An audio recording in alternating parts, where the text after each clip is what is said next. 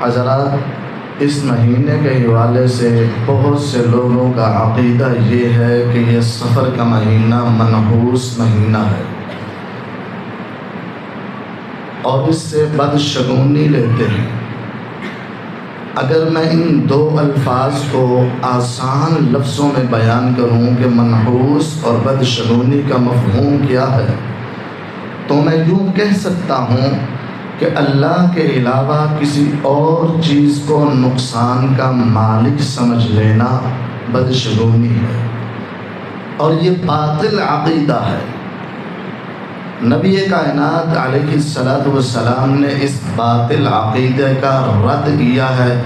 امام بخاری رحمہ اللہ اپنی کتاب صحیح بخاری کے اندر رسول اللہ صلی اللہ علیہ وسلم کا فرمان نقل کرتے ہیں کہ اللہ کے نبی صلی اللہ علیہ وسلم نے فرمایا: لا عدوى ولا طیرہ ولا حامہ ولا سفر، لوگوں سفر کا مہینہ منحوس نہیں ہے۔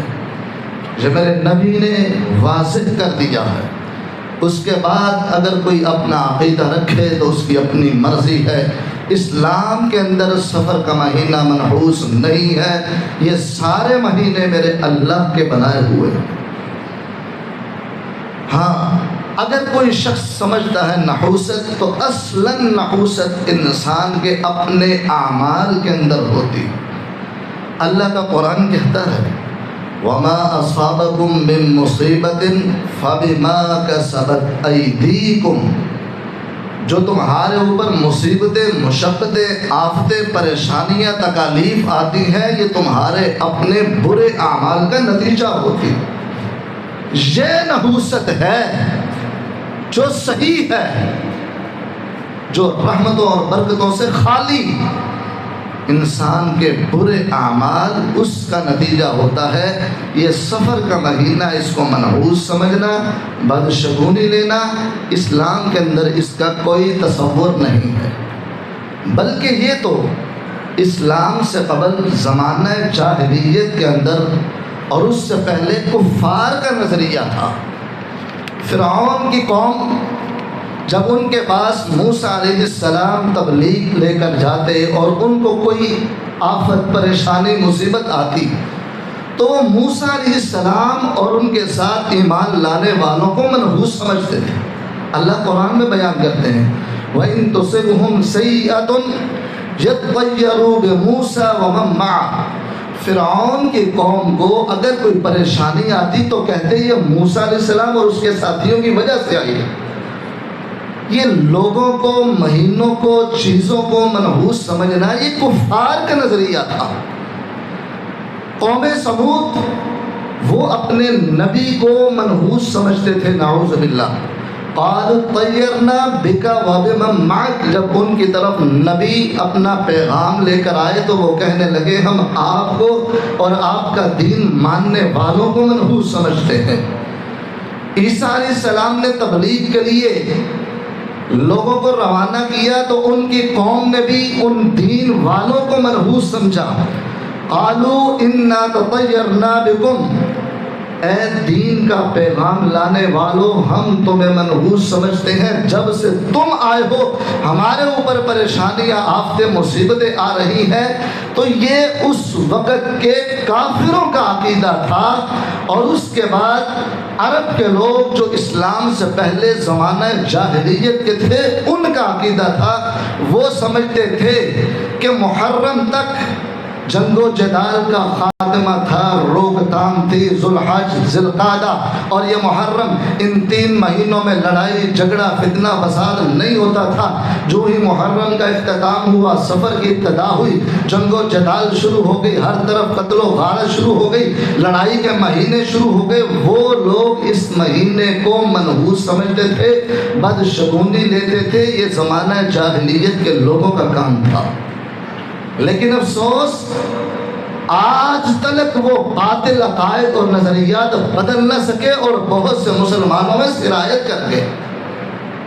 آج بھی لوگ کہتے ہیں اس مہینے کے اندر شادی بیان نہ کی جائے، اس مہینے کے اندر کاروبار کا آغاز نہ کیا جائے، اس مہینے کے اندر نئے شادی شدہ جوڑے کو پہلے ابتدائی 13 ایام میں ایک دوسرے سے جدا کر دیا جائے، چہرہ بھی نہ دیکھ سکے وغیرہ نحوست ہو جائے گی، مٹی کے برتنوں کو ضائع کر دیا جائے۔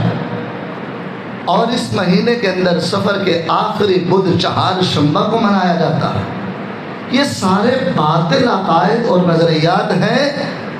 یہ مہینہ نحوست کا مہینہ نہیں ہے، اس سے بدشگونی نہیں لینی چاہیے، وگرنہ صحابہ کرام رضوان اللہ علیہم اجمعین بیان کرتے ہیں کہ اللہ کے نبی صلی اللہ علیہ وسلم نے اس عمل کو شرک قرار دیا۔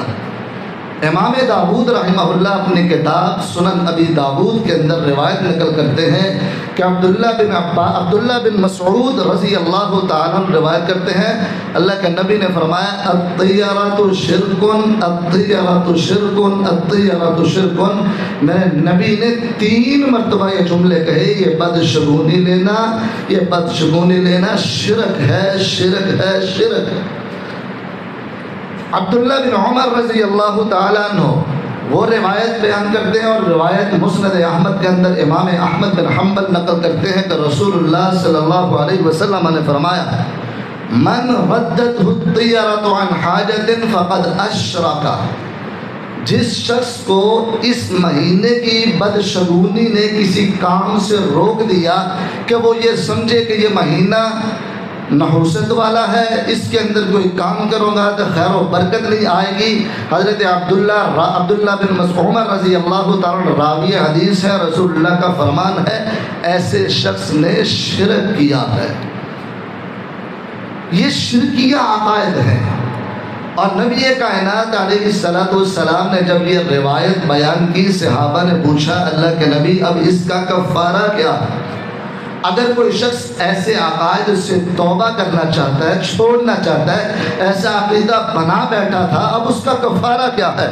تو نبی کائنات علیہ السلام نے اس کا کفارہ بھی بیان کیا۔ امام احمد بن حنبل رحمہ اللہ اپنے کتاب مسند احمد کے اندر روایت نقل کرتے ہیں کہ اللہ کے نبی صلی اللہ علیہ وسلم نے فرمایا پھر وہ بندہ اپنے باطل عقیدے کو چھوڑ کر توحید پر مبنی عقیدے کا اظہار کرے، اللہ سے یہ کلمات کہے اللہم لا خیر الا خیر لک، اے اللہ خیرک، بھلائی خیر صرف تیرے پاس ہے، تیرے علاوہ کسی اور کا خیر کا مالک سمجھنا ہمارا یہ عقیدہ نہیں۔ ولا طیر الا طیرک، یا اللہ کوئی بدشگونی نہیں، جو بھی ہوگا وہی ہوگا جو آپ نے نصیب میں لکھا ہے۔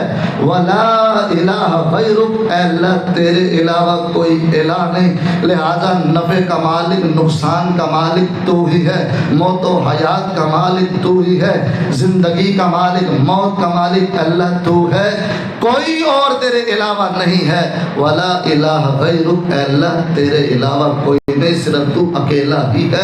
انسان کو ان الفاظ کے ساتھ اپنے عقیدے کا اظہار کرنا ہوگا اور آئندہ سے توحید کے مطابق اپنی زندگی کو چلانا ہوگا۔